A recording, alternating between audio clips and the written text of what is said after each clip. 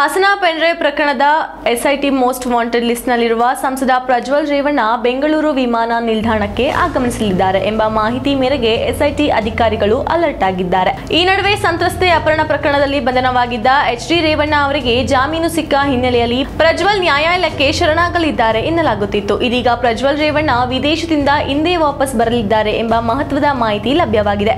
ಹರಿಯಾಣದ ಅಕ್ಕಲ್ ಟ್ರಾವೆಲ್ಸ್ನಿಂದ ಪ್ರಜ್ವಲ್ಗೆ ticket book ಮಾಡಲಾಗಿದ್ದು, ಜರ್ಮನಿಯ ಮ್ಯೂನಿಚ್ನಲ್ಲಿ ಇಂದು ಬೆಳಗ್ಗೆ 12:05ಕ್ಕೆ ಫ್ಲೈಟ್ ಟೇಕ್ ಆಫ್ ಆಗಲಿದ್ದು, ರಾತ್ರಿ 12:30ಕ್ಕೆ ಬೆಂಗಳೂರು ಅಂತಾರಾಷ್ಟ್ರೀಯ ವಿಮಾನ ನಿಲ್ದಾಣಕ್ಕೆ ಆಗಮಿಸಲಿದೆ. ಬಂದ ಕೂಡಲೇ ಅವರನ್ನು ವಶಕ್ಕೆ ಪಡೆಯಲು ಎಸ್ಐಟಿ ಸಜ್ಜಾಗಿದ್ದು, ವಿಮಾನ ನಿಲ್ದಾಣದಲ್ಲಿ ಸಿಬ್ಬಂದಿಯನ್ನು ಆಯೋಜಿಸಲಾಗಿದೆ.